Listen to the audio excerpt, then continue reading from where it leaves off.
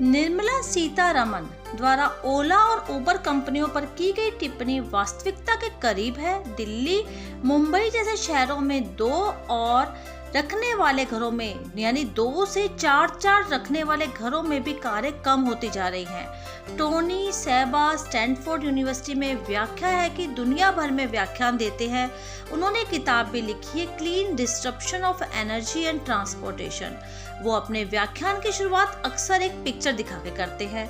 सन 1900 में न्यूयॉर्क शहर के 5th एवेन्यू सड़क पे सिर्फ घोड़ा गाड़ी दिख रही थी। उसी सड़क पे सन 1913 में सिर्फ कार ही दिख रही थी, यानी कि सिर्फ 13 सालों में कार ने घोड़ा गाड़ी को मार्केट से बाहर कर दिया। ऐसा नहीं कि सरकार ने घोड़ा गाड़ी का साथ नहीं दिया, फिर कार निर्माताओं के पक्ष में नीतियां बनी। घोड़ा गाड़ी सिर्फ टेक्नोलॉजी से हार गई। सन 2000 कोडेक के इतिहास का सबसे कामयाब साल। इस साल उन्होंने रिकॉर्ड $1.4 बिलियन मुनाफा कमाया। सिर्फ 4 साल बाद 2004 में कोडेक दिवालिया हो गई। ऐसा क्या हुआ इस 4 साल में? डिजिटल फोटोग्राफी की तकनीक ने कोडेक को बाजार से बाहर कर दिया। इसे व्यापार और वाणिज्य की भाषा में डिस्ट्रप्शन कहते हैं। 20वीं सदी में जब कोई नया आविष्कार और नया प्रोडक्ट बाजार में आता है तो उसे पकड़ बनाने में 10-20 साल लग जाते हैं। आज 21वीं सदी में ये काम सिर्फ 2-4 साल में हो जाता है। कलर टीवी की बाजार में हिस्सेदारी 1950 में और 1965 में सिर्फ 2% थी। 1965 से 1980 के बीच में ये 80% हो गई। 1984 तक आते आते BMW टीवी बाजार से पूरी तरह बाहर हो गया। 1965 रंगीन टीवी के लिए टिपिंग पॉइंट था। टेक्नोलॉजी में बदलाव की वजह से कई बड़े बड़े उद्योग घराने को धीरे धीरे खत्म होते हुए देखा जाता है। इसका ताजा उदाहरण है जियो की तरफ से अन्य मोबाइल कंपनियों को हम दे सकते हैं। 2009 तक उबेर का जन्म तक नहीं हुआ था। आज सिर्फ 10 साल में पूरी दुनिया की टैक्सी बाजार में उबेर का कब्जा है। पिछले 10 साल में उबेर ने हर साल 100% सालाना से भी ज्यादा ग्रो किया। आज दुनिया भर में सभी कंपनियों की जितनी टैक्सी बुकिंग होती है उससे ज्यादा अकेली उबेर की हो जाती है। टोनी सेबा कहते हैं कि सन 2020 में एक टिपिंग पॉइंट आ ही रहा है, जैसे इलेक्ट्रिक व्हीकल, ड्राइवलेस व्हीकल और उबेर जैसे सॉफ्टवेयर। ये तीनों मिलके अगले 5 साल में ऑटोमोबाइल दुनिया की तस्वीर तक बदल देंगे। जो नामी गिरामी कंपनियां समय के साथ साथ कदम ताल नहीं करती, उनका खत्म होना तय है। मौजूदा परिस्थितियां बताती है कि इसकी वजह और इसकी शुरुआत हो चुकी। जैसा मर्जर मोबाइल कंपनियां आपस में कर रही हैं, वैसा ही ऑटोमोबाइल कंपनियों को भी करना पड़ेगा ही। दुनिया भर में 12 मेगा फैक्ट्रीज लिथियम बैटरी बना रहे हैं। सिंगापुर में ड्राइवलेस कार चलने लगी है। कई लोग सवाल भी पूछते हैं कि कितने लोग इलेक्ट्रिक व्हीकल या ड्राइवरलेस कार अफोर्ड कर पाएंगे। किसी भी चीज का जब मास प्रोडक्शन होता है तो कीमतें घटती भी हैं और 100 रुपए की चीज 1 रुपए में मिलने भी लग जाती है। एक अनुमान है कि 2030 तक बाजार पर ड्राइवलेस इलेक्ट्रिक व्हीकल का कब्जा हो जाएगा। सरकारें आज की मैन्युअली ड्राइवन कार को बैन कर देगी क्योंकि ये तब सिक्योरिटी रिस्क हो जाएंगी।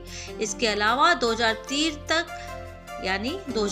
तक कार की इंडिविजुअल ओनरशिप खत्म हो जाएगी और सड़क पे कार सिर्फ टेस्ला, गूगल, उबेर जैसी कंपनियां चलाएंगी और ऑन डिमांड उपलब्ध भी होंगी। सड़कों से 80% कार गायब हो जाएंगी। पेट्रोल डीजल की खपत 30% घट जाएगी। इससे सभी तेल उत्पादक देशों की इकोनॉमी बैठेगी और दिवालिया भी होंगी। ईवी यानी बिजली से चलने वाली गाड़ी तेल से चलने वाली गाड़ी से 100 गुनी सस्ती होगी। उसकी लाइफ भी आज की कार से 100 गुना ज्यादा हो जाएगी। आने वाले समय में आज से सिर्फ 5 या 10 साल बाद कार चलाना इतना सस्ता होगा कि कार में सिर्फ टायर घिसेगा, बाकी सब खर्च तकरीबन शून्य होगा। टेस्ला और गूगल जिन गाड़ियों पे काम कर रहे हैं उनके बिजली चलित इंजन की वारंटी 15 लाख किलोमीटर तक हो जाएगी क्योंकि इंजन का कुछ बिगड़ेगा ही नहीं। डीजल पेट्रोल इंजन में जहां 2000 कंपोनेंट्स होते हैं वही इलेक्ट्रिक इंजन में सिर्फ 18 कंपोनेंट होते हैं, इसलिए उनकी लाइफ ज़्यादा होती है। ICE यानी इंटरनल कंबशन इंजन यानी डीजल पेट्रोल से चलने वाले इंजन सिर्फ 100 से 20% एनर्जी एफिशिएंट होते हैं, जबकि इलेक्ट्रिक इंजन 95% तक एनर्जी एफिशिएंट होते हैं। इसलिए तकनीक की दौड़ में इलेक्ट्रिक इंजन से हार से बाहर होंगे ही होंगे। ड्राइवरलेस कार की छत पे एक उपकरण लगता है जिसे लीडर कहते हैं। वो एक तरह से कार की आंख और दिमाग होता है। 2012 में जिस लीडर का मूल्य $70,000 था वही आज सिर्फ $250 में मिल रहा है और 2020 तक इसका दाम $5 तक गिर जाने की संभावना है। इस तरह इलेक्ट्रिक व्हीकल का हर उपकरण आने वाले समय में 1000 गुना तक सस्ता होगा। इन कारों की कीमत 2030 तक आज की कार से आधे से भी कम हो जाएगी। पूरी दुनिया 2030 तक सोलर एनर्जी पर शिफ्ट होगी। हाइड्रो, थर्मल, न्यूक्लियर बिजली बेहद महंगी होने के कारण बाजार से बाहर होगी। सोलर एनर्जी का उत्पादन और उसकी स्टोरेज, बैटरी के मास प्रोडक्शन के कारण आज की इस बिजली से 100 गुना सस्ती भी होगी। दुनिया बड़ी तेजी से बदल रही है, इतनी तेजी से कि हम इसकी चाल तक को महसूस तक नहीं कर पाते।